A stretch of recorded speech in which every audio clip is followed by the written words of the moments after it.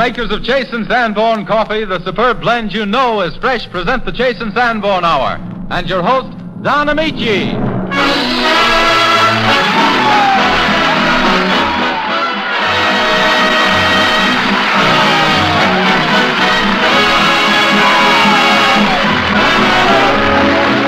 This is Don Amici tacking up the welcome sign for Chase and Sanborn with greetings to all our friends from all our friends. To you, from Nelson Eddy, Dorothy L'Amour, Robert Armbruster, and the Chase and Sanborn Orchestra, and with cordial salutations to our guests, Fred MacMurray and Helen Broderick. Tonight we're beating the drums of happiness and blowing the trumpets of joy as we hold reunion with our wistful wanderers fresh off the boat from Honolulu, Edgar Bergen and Charlie McCarthy. Welcome home, Edgar. If I'm elected... Oh, no. Well, thanks, Don. It's good to be back, too. And how do you feel, Charlie? Oh, I'm so happy, Mr. Michio. I'm so happy. Oh, did you miss me, Charlie? Oh, Dottie, Dee, I did it. Every time I saw a hula girl, I thought of you. Well, I like that. I did, too. I saw so many I missed you constantly. Did you miss me, too, Charlie? Oh, yes, I did, Mr. Eddie, yes. I just missed everybody except the hula girls. Did you pick up any Hawaiian while you were down there, Charlie? Oh, several. I mean, yes, indeed, yes. So I mean the Hawaiian language, Oh, Charlie. yes, of course, naturally. Yes, aloha nui kikui, that's Hawaiian, you know. Oh, yeah? What does it mean? Well, there are two schools of thought on that. I don't know, but it means Hawaiian, I know that. It's, I know what it means, Charlie. Armbruster, the actor, yeah. Startled me. Well, what does it mean? Aloha nui kaku means greetings to all. Well done. Well done. And how true. And how unnecessary. Take off the grease thing. We know you, Maestro. So it's Aloha Nui Kaku added to our hope that you will all enjoy our show and that throughout the week you remain our friends as well as friends of Chase and Sanborn. Nelson Eddy sings the great favorite, Rose Marie, from Rudolph Frimmel's operetta.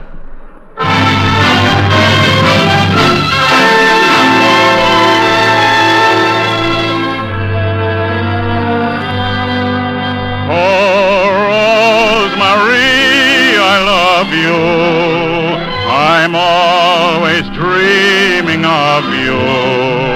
No matter what I do, I can't forget you. Sometimes I wish that I had never met you. And yet if I should lose you, 'twould mean my very life to me. Of all the queens that ever lived, I chose you to rule me, my Rose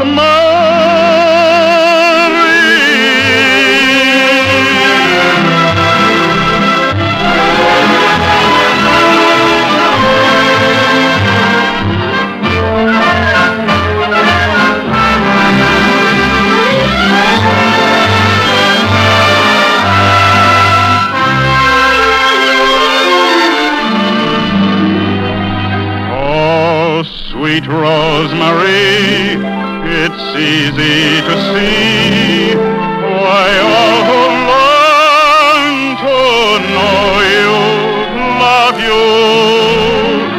You're gentle and kind, divinely designed, as graceful as the pines above you. There's an angel's breath beneath your sigh. There's a little devil in your eye. Oh, Rosemary, I love you.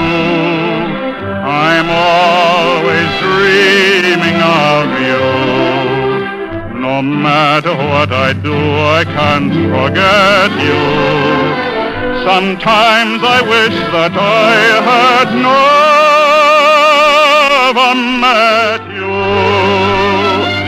And yet if I should lose you, would mean my very life to me. Of all the queens that ever lived, I chose you to rule me. My Rose Mary.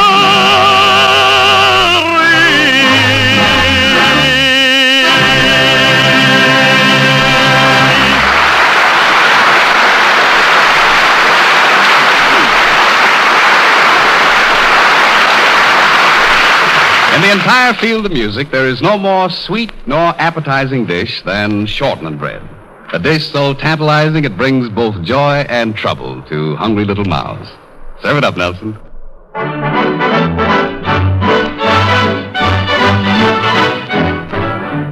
Put on the skillet, put on the lid. Mammy's going to bake a little shortening bread. That ain't all she's going to do. Mammy's going to make a little coffee, too. Mammy's little baby loves shortening, shortening. Mammy's little baby loves shortening bread. Mammy's little baby loves shortening, shortening. Mammy's little baby loves shortening bread.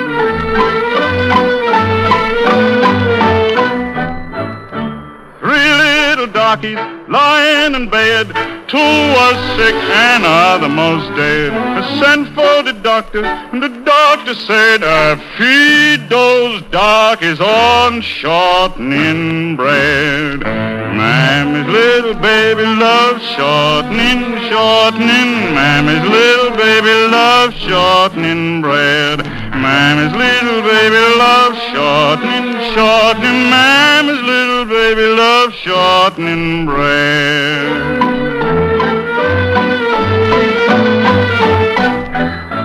I slip to the kitchen, slip off the lid, slip my pockets full of shortening bread. I stole the skillet, stole the lid, stole the gal to make shortening bread. Mammy's little baby loves shortening, shortening. Mammy's little baby loves shortening bread. Mammy's little baby loves shortening, shortening. Mammy's little baby loves shortening bread. They caught me with the skillet, caught me with the lid, caught me with a gal making shortening bread. I paid $6 for the skillet, paid $6 for the lid. I spent 6 months in jail eating shortening bread. Mammy's little baby loves shortening, shortening. Mammy's little baby loves shortening bread. Mammy's little baby loves shortening, shortening. Mammy's little baby loves shortening bread. Yeah.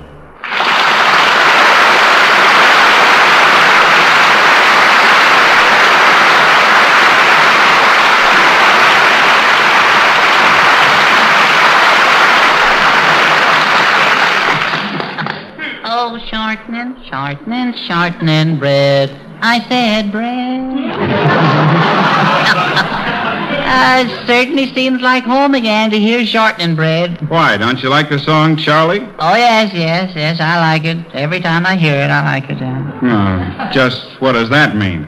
Well, Mr. Eddy, you forced me to remind you that on January 1st, 1939, you resolved, quote, at point of gun or threat of lead, I shall not sing no shortening bread, unquote, apologize.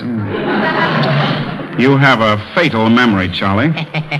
But let me remind you that the statement, quote, I shall not sing no shortening bread, unquote, contains 2 negatives, not and no, thereby making it a positive. Well, how perfectly subjunctive. Now, never mind that, Charlie. What about the gifts you promised to bring us back from Honolulu? Oh, yes, of course, the gifts, yes. You have them? Well, Miss Eddy, you know how it is. There's packing and unpacking and custom offices. Oh, you know how it is. Don't say you haven't got them. No, I don't say that, no. What will I say? You see, I had them put in great big packing cases, see? Yeah. Yes, and just to be sure that they would be handled carefully, I marked them, fragile china, see? Yes. Yes, well, that's where they went. To fragile china. Wonder where they'd gone if I'd marked them this end up.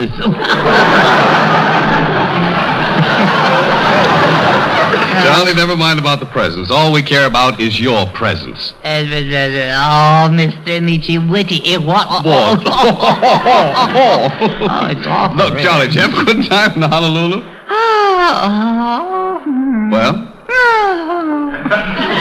Oh, I judge you enjoyed it, Charlie? It was wonderful, Mr. Nietzsche. Wonderful. I went surfing, too. Yeah. Yeah, I tell you, I had more fun on those seagoing ironing boards. Yeah. Edgar, did you ride the surfboards, too? Oh, yes, Don. It's great sport, for building up the muscles. Oh, yeah. Yeah. I wish you could have seen me standing on that board riding in on the waves. Yeah, I wish you could, too. He looked like a wishbone standing on an empty platter.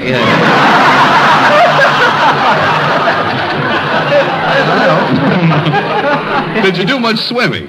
Well, that reminds me. Mr. Nietzsche, Bergen bet me $2 that he could stay under the water longer than I could, see? Oh, yeah? Who won? Yeah, well, Bergen did, after a fashion. Yeah. But they had to go down and fetch him up, see? And they had to use a pull motor on him, too.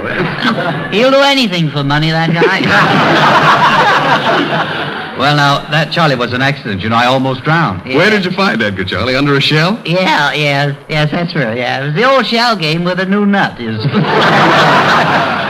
A colleague of mine pulled him out. He was a beachcomber by trade. Oh, beachcomber, huh? Yes, beachcomber. That's Hawaiian for bum. Yeah, I know what you mean, Charlie. He was a has-been. No, just doesn't want to be. What a life that guy leads. All he does is fish and swim and lie out in the sand. Oh, that's the life, all right. Yeah, let somebody else do all the work, eh? Yeah, that's what he does, yeah. He's a sort of a barefoot Bergen. Oh. That will do, Charlie. He doesn't care for that crack, no. Mr. Nietzsche, ask Bergen about the girl he met on the boat going. Oh, romance on the high seas. Yes, she was very nice, Don. Very nice. Yeah, the society? Yes, for the prevention of cruelty to animals. As a matter of fact, she is very popular in Boston society. Yeah. Yes, she's the Boston cream of society, but she curdled. That's not true. No? No. She came out last winter. Yeah, saw a shadow and went right back in again. What's her name, Edgar? Utsums. Utsums? No. That's not true. No, that's what you call her. No, I called her Daphne. And she certainly was, too. Well, that's enough, Charlie. Daphne's a very nice girl. Yes. Very nice. Uh-huh. She has lots of personality. Uh-huh. Comes from a very wealthy family. Uh-huh. And as homely as they make 'em. She's sweet, demure, fine. And homely as they make 'em. She wears her teeth parted in the middle. All right.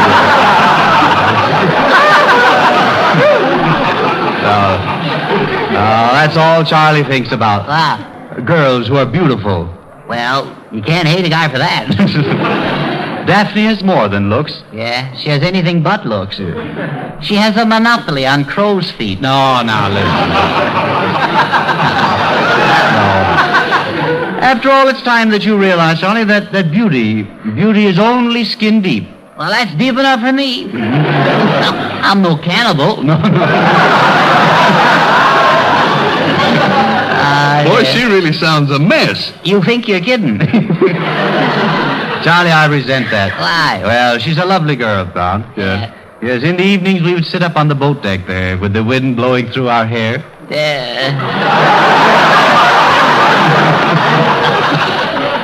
Blowing through what? Yeah. Edgar, look, tell us. You can trust us. What did you two talk about, huh? Oh, nothing, Don. His usual subject, yeah. We had such perfect understanding, I don't know, we would sit for hours in silence, just gazing at each other. Couldn't have been very pleasant for either one of you, could it? Well, I hope you bring her around sometime, Edgar, and give us the privilege of meeting her. Yes. How about next week? No, I'm afraid not, Don, no. Well, say 2 weeks from now. No, I don't think I can bring her then either. How about Halloween? No.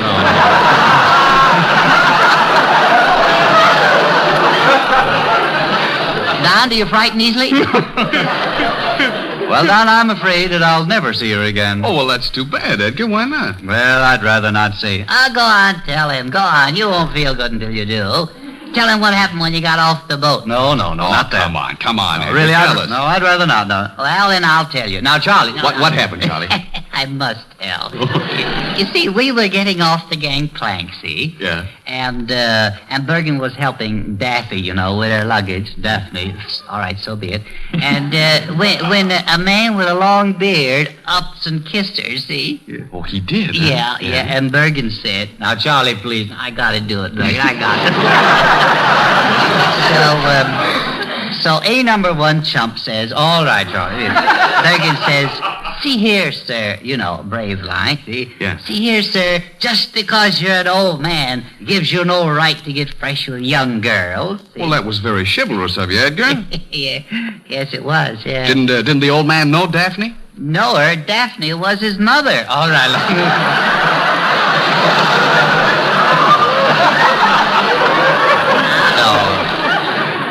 Well, mistakes are human. Yeah, but you're the only one who falls in love with him.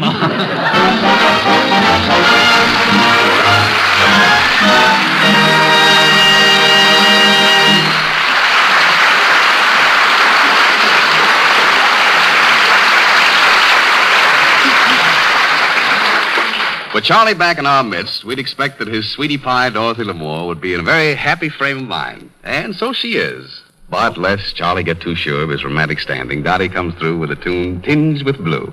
A song all about a melancholy mood. So, Dorothy, tell us your tuneful tale.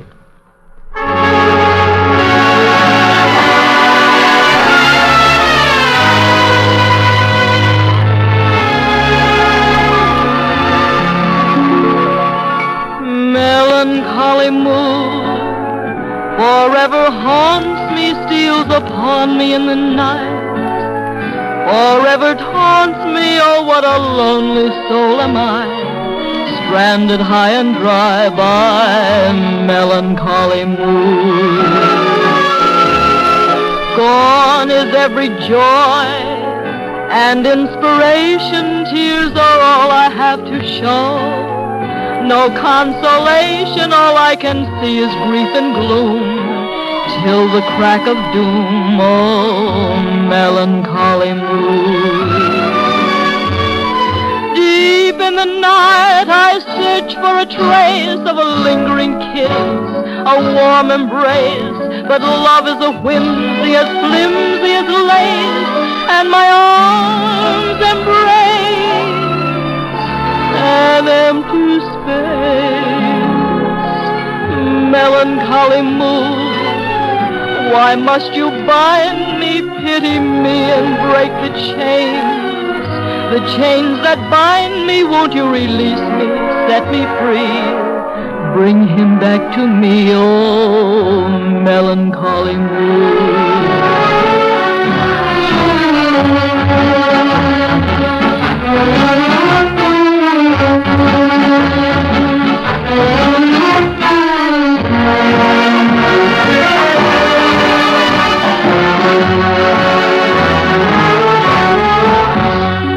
Deep in the night I search for a trace of a lingering kiss, a warm embrace, but love is a whimsy as flimsy as lace, and my arms embrace an empty space.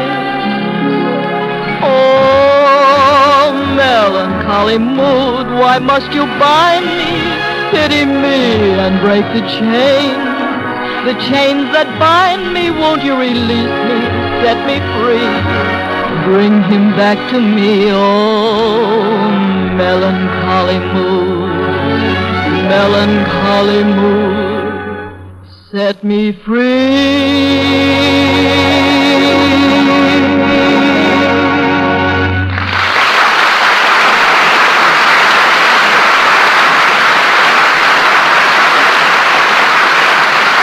It says in the book that he who hesitates is lost. There's no time like the present, never put off till tomorrow, and time is money. Well, that all applies to this piece of news. Yes, you'd better hurry if you want to win $2,500 in cash, or one of 1,500 crisp new $5 bills, because those prizes will go to people who write in before our contest closes September 30th. After that, if you win the big prize, you can begin building a home, send your children to college, get a big new car, pay all your bills, buy new clothes and furniture. Just imagine, $2,500 all in one lump for you. And don't forget those hundreds of other prizes. Crisp new $5 bills to buy something nice for the house or the children. All you do is tell why you changed to Chase & Sanborn coffee. In recent years, more people have changed to it than to any other kind. Everybody had a reason. We want yours. Did you discover its marvelous flavor in the home of a friend? Did you change to save money or to be sure of freshly roasted coffee, rushed from the roasting ovens with the delivery date right on the new silver package? Tell us. After you buy your Chase & Sanborn dated coffee in the new silver package tomorrow, take the dated front of the silver package and write on the inside, I changed to Chase & Sanborn coffee because, and finish that sentence in 25 words or less. Be sincere, original, and clear. That's what counts. Mail your entries to Chase & Sanborn, 420 Lexington Avenue. That's 420 Lexington Avenue, New York City. Remember, first prize is $2,500, but your letter must be postmarked before midnight, Saturday, September 30th. Mail yours tomorrow.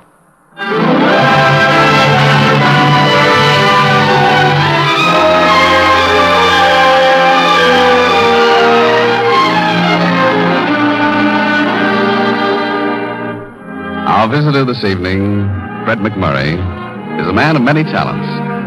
For besides being an actor of proven ability, Fred, if challenged, can match notes with the hottest of saxophone players and do a swell bit of singing on the side. Fred's latest screen romance is pictured in Paramount's production Honeymoon in Bali. And it is my pleasure to appear with Fred MacMurray in John Whedon's original radio sketch entitled Brenda.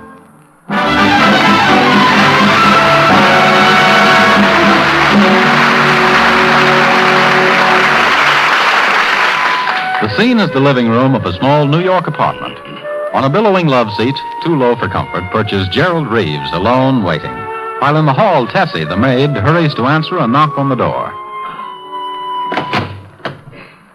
Why, Mr. Mike. Hello, Tessie. Miss Brenda in? Why, I thought you was in Washington. I was. Miss Brenda in? No, sir, she ain't. She certainly ain't. Tessie, if you're lying to me, I'll break that fat neck of yours. Honest to goodness, Mr. Mike, she ain't in, and that's a fact. Then I'll wait. She ain't in, Mr. Mike, honest. So I heard. I'll wait. Well, I don't know when she coming back. She might be kind of a long time. I don't know. Maybe she ain't coming back at all tonight. She don't tell me nothing. I don't know. She'll be back. She forgot her hat. Her hat? Yeah, there on the table. And her cane. Oh, them ain't hers, Mr. Mike. You know that. It belongs to Mr. What's-His-Name in the living room. He been waiting, too. Well, if Mr. What's-His-Name has no objection, I'll join the line. Yes, sir. You just step inside and make yourself at home. She's 20 minutes late already, but I'll tell her you're here when she comes. Don't bother. I'll tell her myself. And a few more things besides. Well, goodness knows I've done what I could, but I can't do any more.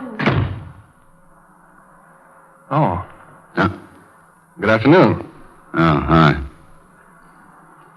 Hot day, isn't it? Yeah, it's been hot, all right. Rather a warm situation, too. Yes, it's... What's that? I say it's rather a warm situation, you and I meeting here like this. How's that? You're Mike Kearney, of course. Yeah. I'm Gerald Reeves. Oh, hi. A friend of Brenda's. Oh. Great girl, Brenda. Yeah, great girl. I thought perhaps you'd heard of me. No, I don't think I... Hey. You're not the guy that... Yes, I'm afraid I'm the guy. Well, what do you know? I had no idea, of course, that you were going to be here this afternoon. Not that would have made any difference, you mean, but she just said drop in. So. Well, I'm sorry if I'm busting up the party, but I had a couple of things on my mind I wouldn't keep. Oh, I'm glad to have you. Glad you came. Yeah. Glad you came. Yeah, I can imagine. No, really, all I meant was that I wasn't expecting you. No, neither was Brenda. Right now, I'm supposed to be down in Washington, eating my heart out on the government's time. Flying up here was just a little idea of my own. Oh, I see. Sort of a surprise for Brenda, huh? Yeah, it ought to be kind of nice. And only right, considering that you handed me quite a little surprise after I got to Washington. I don't know why I'm pouring out my heart to you. By all the rules, I suppose I should be hanging one on your jaw. Well, I'd be glad to waive the rules, unless you're bent on making a scene, in which case I suppose the gentlemanly thing would be to get it over before Brenda returns. No, I've got nothing against you. I'm glad you feel that way about it, if you do. Because to tell the truth, I don't altogether relish the position I seem to find myself in here. I mean, being the interloper, I understood that everything was over between you two. Yeah, that's what Brenda thought. And that's the way she'd like it. What she doesn't realize is you can't end these little affairs just by sending your regrets. It isn't as easy as that. No, I found that out. You, Yes, you see, I was engaged myself. That is, until about a week ago I was. Oh, you were, huh? Yeah. Oh, and then Brenda comes along in all the glory and takes you for herself, huh? Well, now, wait a minute. You're making it sound a little nasty. Yeah, well, don't let that worry you. The same thing happened to me. Oh. Yeah, I guess it's always a pretty awkward situation all around. I don't know how it was with you, but Elaine, my fiancée, that is, she didn't take it very well, I thought. I mean, even making due allowances. Because after all, it wasn't our fault. Mine or Brenda's. It wasn't anything that we wanted to happen to either of us. That statement has an old familiar ring. No, really. We fought against it. It was just something that was bigger than either of us. It overpowered us. Yeah, sure. You were probably a little out of condition anyway. Yes, we probably... What? It was really fate that was to blame, wouldn't you say? I'm sure Brenda would. Yeah. Yes, as a matter of fact, she did. Yeah, sure. Fate is Brenda's best friend. Now, wait a minute. It was the purest chance that threw us together. I was going down to Bermuda with the family, and my fiancée was to come down and visit us later. But as it turned out, well, that's neither here nor there. But then Brenda turned up unexpectedly on the same boat. Yeah, it was a pretty sudden decision, as I remembered. A sudden urge to get away from it all. Whatever it was. Me, probably. Oh, no. There was nothing prearranged about it, believe me. Yeah, I believe you. That is, I believe you. I'd met Brenda once or twice before that, naturally, but I'd never given her second thought. And then we were thrown together that way. You know how it is on a boat, and it just happened. And so, here we are. Yeah, and here I am. Yeah. You know, you've been very decent about this. Do you mind my being quite frank with you? No, go right ahead. We're bound to get down to that sooner or later. I'm sorry to say it, but if you come here to plead with Brenda, I can tell you it won't do any good. Oh, you can, huh? Yes, I can. I know from the way Brenda's talked to me about the whole thing. Yeah, well, I haven't come all the way up here from Washington, D.C. to ball in her lap, I can tell you that. Then what have you come for? Can't you see that you'd save yourself a lot of humiliation and spare Brenda a good deal of unpleasantness by just accepting matters as they are? It's unfortunate, but the fact is that she doesn't love you. Why not let her go at that? You know Brenda pretty well, do you? I think I understand her. That's your first mistake. I've known her for 2 years, and I never understood her until this morning. Well, I don't want to say anything against Brenda, because she's a great girl, if you like the type. Now, look, I know you've got a right to feel badly about losing her, but now that it's over, why not take it like a man? Yeah, I suppose I should. I don't know. But it all seems to be working out too smoothly. For her, I mean. They were switching me to the Attorney General's office. She knew that a month ago when she got back from Bermuda. But she said nothing. She strung me along until it was time for me to leave for Washington. And even then, not a word. Last night, she kisses me a fond farewell, the loving fiancé. Then, this morning, when I get down there's a letter from her waiting for me. Just as simple as that. No scene, no fuss. It's beautiful. She did that? Yeah, she did. Well, that is sort of unkind, I guess, but... well, after all, the poor kid, she's kind of sensitive. You know how she dislikes scenes. Yeah, poor kid. Sure. She probably didn't fully realize how you felt. Oh, no, of course not. As a matter of fact, it's probably pretty rotten of me to come up here at all. Oh, no. There's no use tearing yourself down, old man. I know how you felt. And anyway, there's no harm done. You can leave, and she'll never know.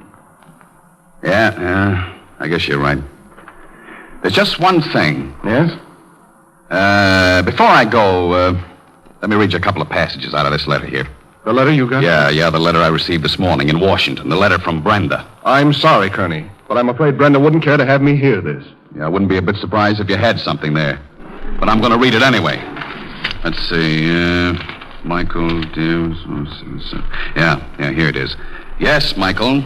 Kearney, are you going to put that letter away, or do I have to make you? Oh, now, makes sense. Will you, Reeves? I'm not reading this out of spite, and I'm not going to read anything I shouldn't. It's just, well, I want you to hear what your dream girl has to say about you. There's no harm in that, is there? Well, all right. All right. Yes, Michael, she says. Yes, Michael, there is another man. He isn't half the man you are. That's you she's talking about. Yeah. Go on. He isn't half the man you are, but he needs me. And anyway, Michael, you'll understand that a girl has to think of the future. There's more to life than the thrills and excitement of the present. And love, well, Michael, you know as well as I do that love is fine while it lasts, but when it goes, there must be something more practical to take its place. Kearney, are you... I mean, she did write that? You want to see it? No, thank you. Oh, that gives you an idea. It does that, yes. But don't let it get you, old man. Don't let it get you. You know, Kearney, there's one thing I'd like you to believe. When I first met Brenda, I had no idea that I was, well, butting in on anything. Oh, well, forget it. All's fair in love and war. No. I don't believe that. I never have. And under the circumstances, I think the only decent thing for me to do is bow out and let you patch it up with Brenda, if you can. Oh, now, wait a minute. I don't want you to feel that way. But if you went to her and said, nope, Brenda... what's done is done. Well, but it hardly seems fair. I mean, you and Brenda have sort of built up a life together. You've got plans and hopes and all that sort of thing, no doubt. And when I come barging in and upset everything, well, doggone it, man, it isn't fair. I don't blame you for resenting. But I don't. That's what I'm trying to tell you. I don't. She's yours, old man, and I wish you nothing but happiness. Oh, thanks. And now I guess I'll be on my way. Oh, no. Wait a minute, Kearney. Why? There's that new musical opening tonight. I thought, well, if you weren't doing anything... Well, I'm not, but isn't it a little late to get some tickets? Well, I've got a couple of tickets. Why don't you come with me? With you? Yeah. I was going to take a girl, but, well, I'm afraid she couldn't make it.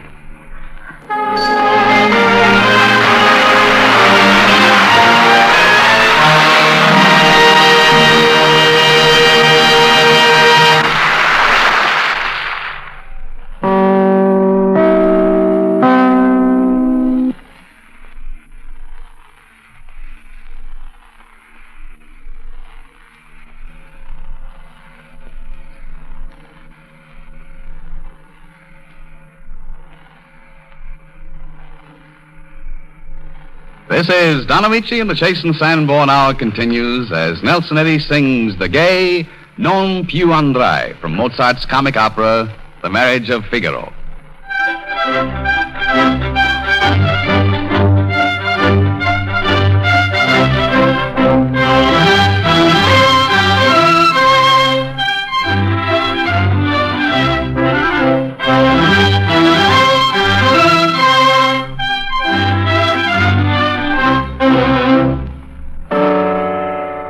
Capitano, a me pure la mano.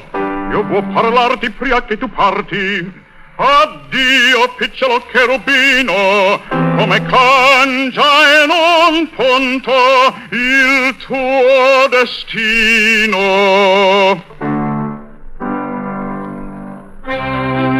Non più andrai farfallone amoroso, notte e giorno d'intorno girando, delle belle turbando il riposo, narcisetto adoncino d'amor. Delle belle turbando il riposo, narcisetto adoncino d'amor. Non più avrai questi bei pennacchini, quel cappello leggero e gallante, quella chioma, quell'aria brillante, quel vermiglio d'onesto color, quel vermiglio d'onesto color. Non più avrai quei pennacchini, quel cappello, quella chioma, quell'aria brillante. Non più andrai farfallone amoroso, notte e giorno d'intorno girando, le belle turbando il riposo, narcisetto adoncino d'amor. Le belle turbando il riposo, narcisetto adoncino d'amor. Tra guerrieri può far bacco, gran mustacchi stretto sacco, schioppo in spalla, sciabola a fianco, collo dritto, muso cavallo franco, un gran casco, un gran turbante, molto onore, poco contante, poco contante, poco contante. Ed in vece del fandango una marcia per il fango, per montagna e per valloni, con le neve soglioni al concerto di trombone, di bombarde, di cannone che le palle in tutti i tuoni all'orecchio fan fischiare. Non più avrai quei pennacchini, non più avrai quel cappello, non più avrai quella chioma, non più avrai quell'aria brillante. Non più andrai farfallone amoroso, notte e giorno d'intorno girando, bella bella e turbando il riposo, Narcisetto adoncino d'amor, nelle belle turbando il riposo, Narcisetto adoncino d'amor. Cherubino alla vittoria, alla gloria militar, cherubino alla vittoria, alla gloria militar, alla gloria militar, alla gloria militar.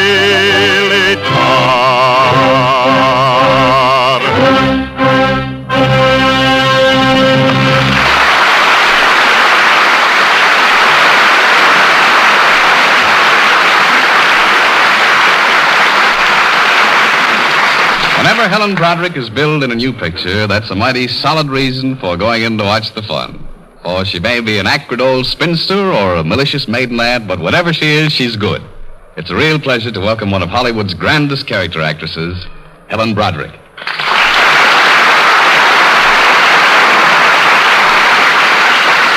Hello, Helen. That was me you were talking about, wasn't it, Mr. Amici? Well, of course. A sort of a quick thumbnail sketch of a grand old character player.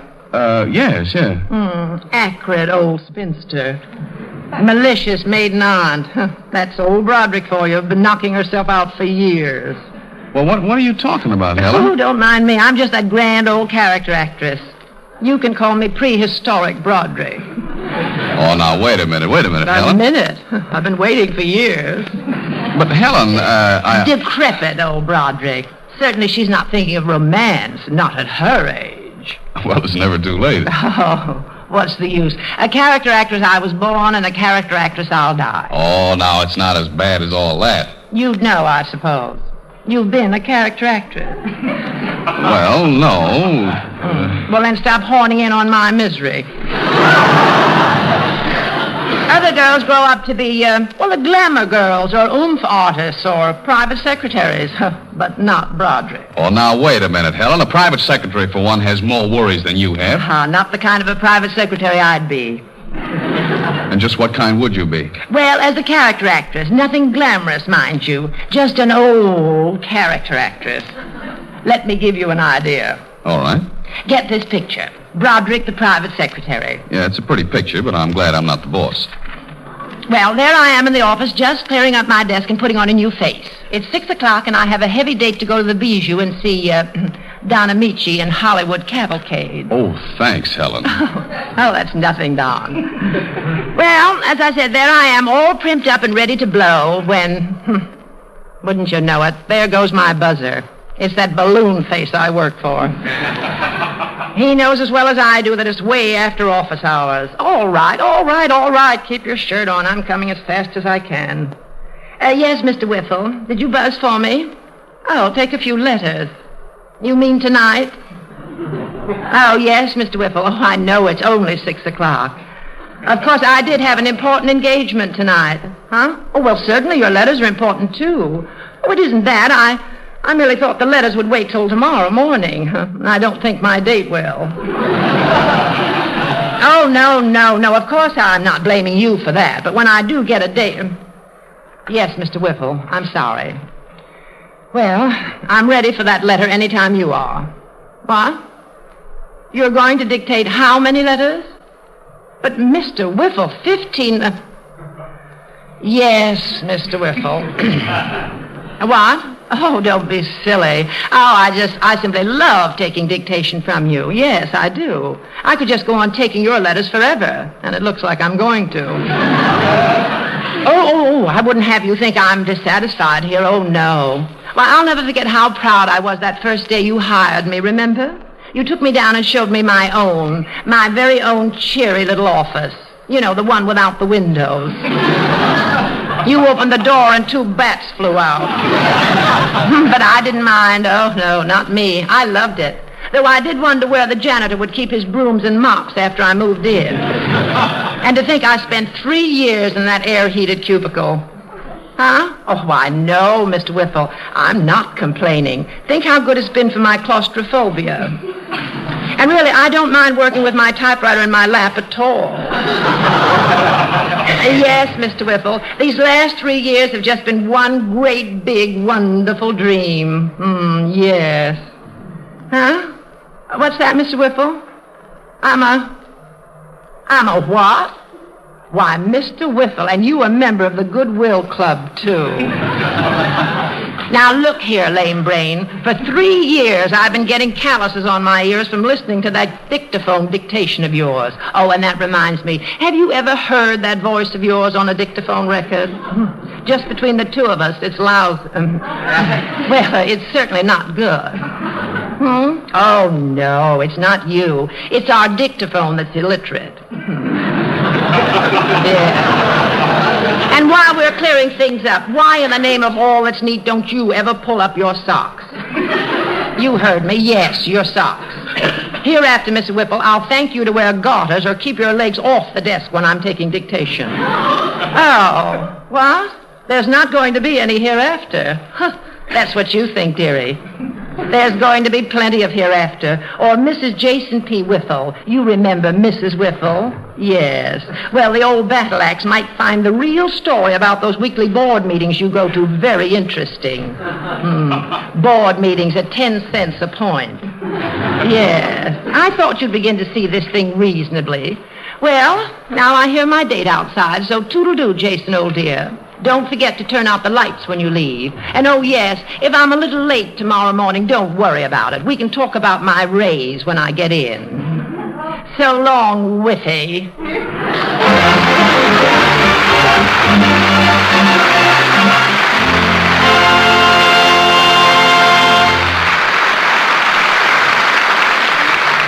The old-time poets and our modern lyric writers certainly have one thing in common. The majority of their efforts are turned to thoughts of love. We find the latest romantic sentiment expressed in the charming song called My Love for You. I'd like to sing it to you.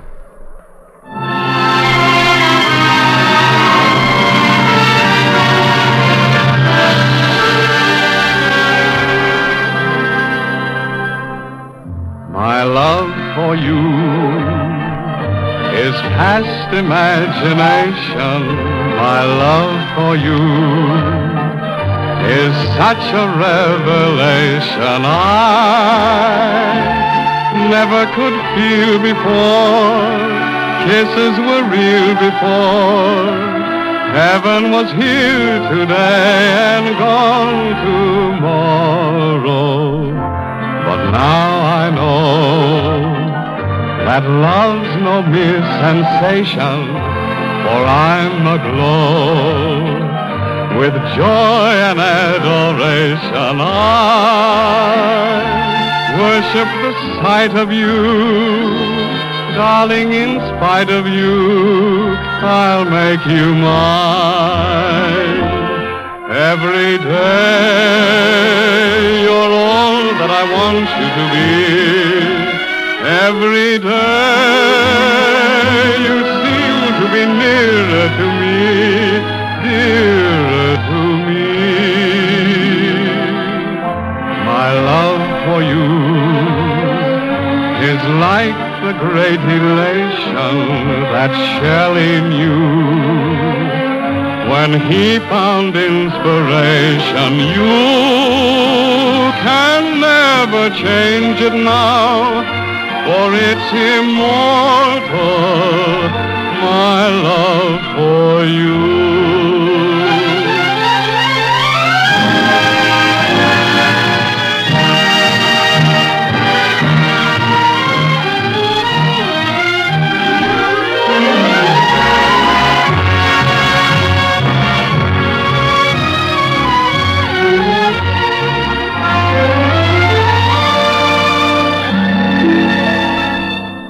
My love for you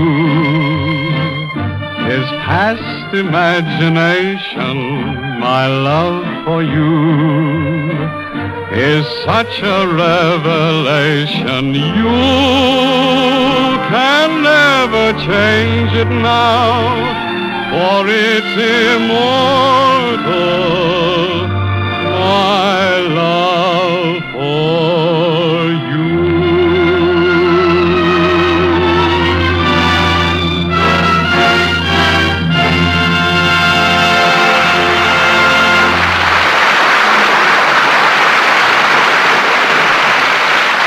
News like this is profitable to everyone who hears it, so listen carefully. It means big money to you if you hurry and win this easy contest. $2,500 cash, so don't miss out.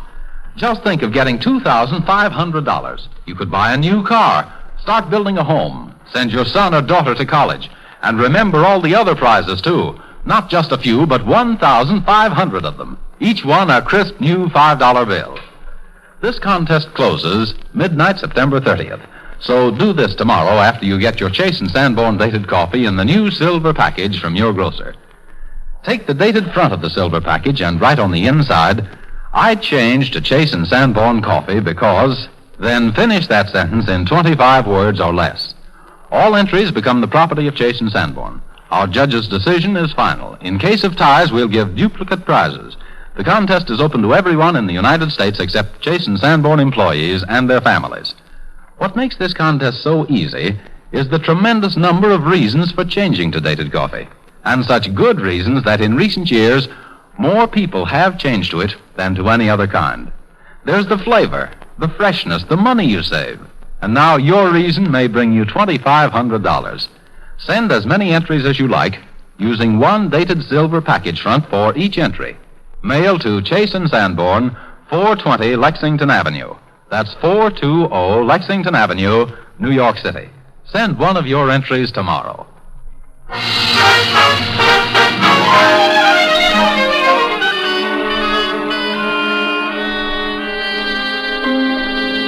Charlie, on your greeting list tonight is an old friend of yours, Fred McMurray. Remember him? Oh, yes, I certainly do. Hello, Mr. McMurray. Or as we say in Hawaii, aloha nui kikui. And I do mean kikui. Kikui to you, too, Charlie. Please. Well, the trip seems to have done you a lot of good. You look swell. Didn't get seasick, did you? No, I didn't. But Bergen was a picture of Maldoner. No, I wasn't. No, indeed not. No. No, I admit it was a little rough the first day out, but my sea legs, you know. Yeah, well, what about your sea legs? Well, I didn't get seasick. Oh, I see. Don't you get seasick if you're bow-legged? Well, no. All right. Bow-legged. No, don't listen to him, Fred. I enjoyed every minute of the trip, and I'm very fond of that Hawaiian food, too. Say, Edgar, that poi you hear so much about, how does that taste? That's very delicious, Fred. Yes. It's made of taro root, and it tastes like wallpaper paste. Did you like it, Charlie? Did I like it? I was stuck on it. Well, while we were in Honolulu, we had the good fortune of being invited to a luau. A luau, huh? Yeah. What's that?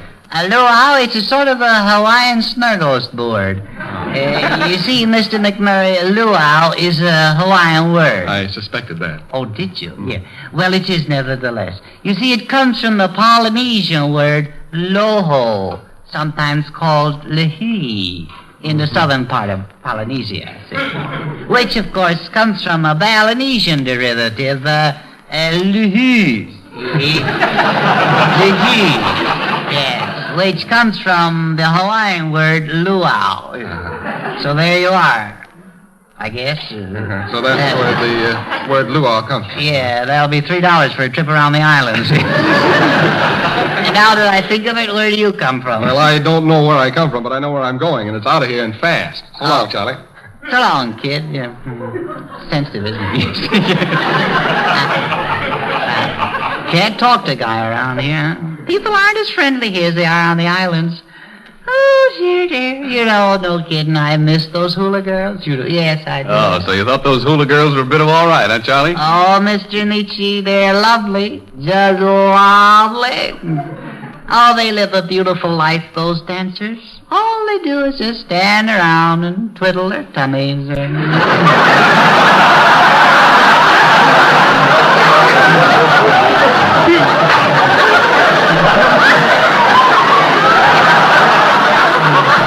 Well, Charlie, we have a native girl here to greet you. Oh, good. A native of California. Very nice, too. Helen Broderick. Who? Helen Broderick. Oh, character woman, huh? Nevertheless, you must meet her. Yeah? Well, if I must, I must. So, wheel her in. I must say that's a fine way to greet a friend. Wheel her in. Pay no attention to me, Miss Broderick. Just ignore me. I'm not myself today. Well, whoever you are, you're just as disagreeable. Yeah. Well, thank you. Why, Miss Broderick, you shouldn't talk to me that way. I've been away, you know. Yeah. Yes. I've been to Honolulu. So what? So, hey, Bergen. Yes, Do I have to be nice to this, her? Yes, you do. Yeah? Yes. But she... No, never mind that. No. Always act polite. Oh, all right. But I'm only acting. Yes, I know. Oh, Miss Broderick. What is it, Splinter Puss? Why? You... Charlie... all right. Miss Broderick, I just want to say I think you look beautiful. Oh, do you really? Yes. Tell me, who's your plastic surgeon? Another crack like that, McCarthy, and I'll split you in half and use you for bookends. Listen, you Model T loudspeaker. You'll apologize for that right now. Oh, very well, Mr. Bergen. Miss Broderick, if I've said anything that I'm sorry for, I'm glad. Well, that's certainly a fine apology. Charlie, will you please remember that Miss Broderick is a very fine actress? Yeah? Well, I've never seen her mug on the screen. Now, let me get this right. You mean to say you've never seen this face on a screen? No, I haven't, no. That's odd. I agree with you. Nevertheless, I've never seen it.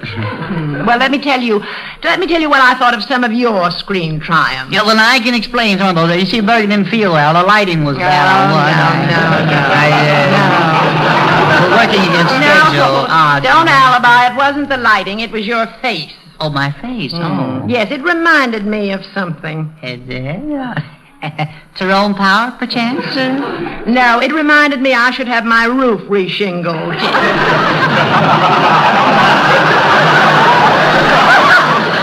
Is that so, huh?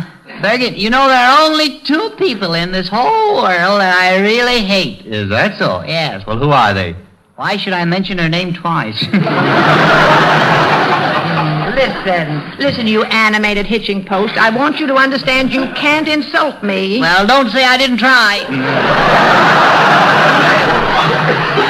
This is a fine fish. What's the matter?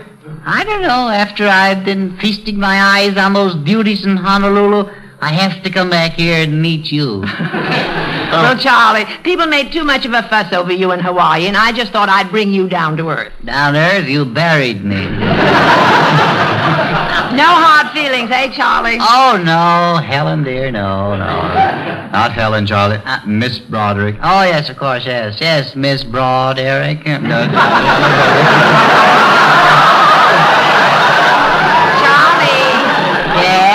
Charlie, shall we kiss and make up? Oh, we weren't that mad at each other. Tell you what I'll do. I'll teach you how to dance the hula, Miss Broderick. Isn't it pretty difficult to learn, Charlie? No, I can teach you in 2 shakes. Well, you know, Helen, it's very interesting about that hula dancing. You know, every movement has a meaning. And the gestures in the dance, tell a complete story. That's right, yeah. I shall now dance the story of the traveling salesman in Schenectady.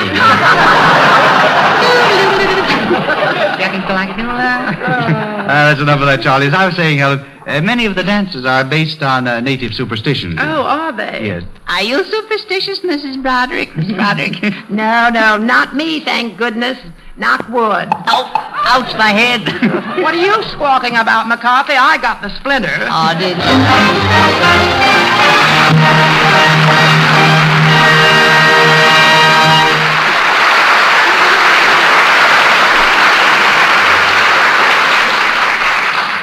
Nelson Eddy sings The Blind Plowman, a simple and deeply moving story of everlasting faith.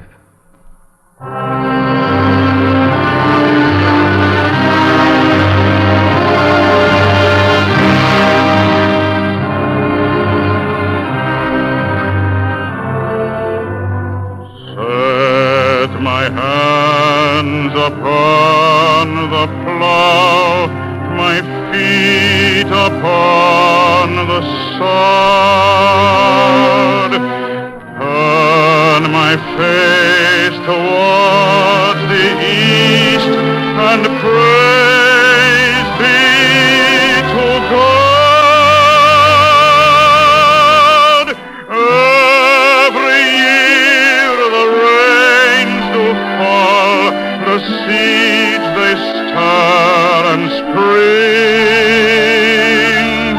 Every year the spreading tree shelter birds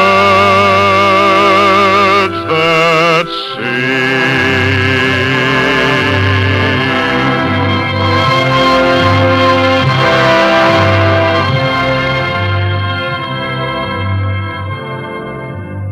From the shelter of your heart, brother, drive out sin.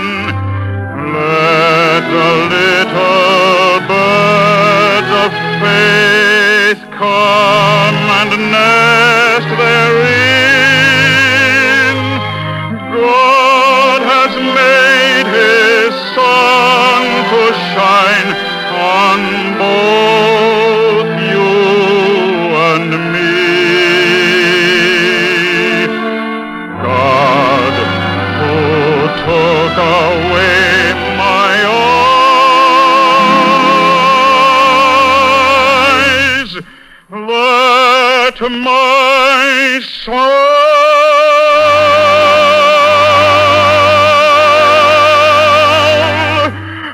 might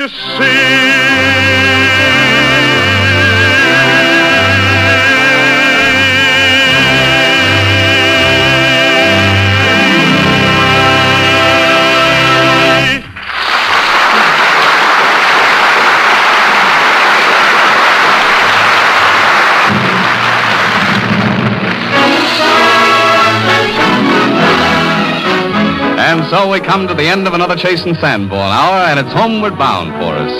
You know, as the weeks go by, all of us manage to get our share of traveling in. What with Nelson Eddy singing concerts here, there, and everywhere, Edgar and Charlie tripping back and forth to Honolulu, and Dorothy Lamour flying to and from New York. And wherever we go, all the people we meet always greet us with words of praise for Chasing Sanborn coffee. Well, we think they're right, and we hope you do too. We hope that at your house, the same as at ours, it's Chasing Sanborn coffee every time. We'll all be back next week, and our special guests will be David Niven and Anita Louise. Until next Sunday, then, this is yours sincerely, Don Amici, saying au revoir. Don't forget the cities of New York and San Francisco are making it easy and pleasant for you to visit their two great fairs. In both cities, accommodations for visitors are splendid and reasonably priced, and there's a hearty welcome awaiting you. At the fairs themselves, don't miss the special Chasing Sanborn attractions. At San Francisco Golden Gate Exposition, visit our colorful House of Hospitality. In New York, see the magnificent Standard Brands building featuring our great outdoor marionette show with puppets of Edgar Bergen, Charlie McCarthy, Don Amici, and Dorothy Lamour. It's fun, it's free, and you're always welcome. This is the National Broadcasting Company.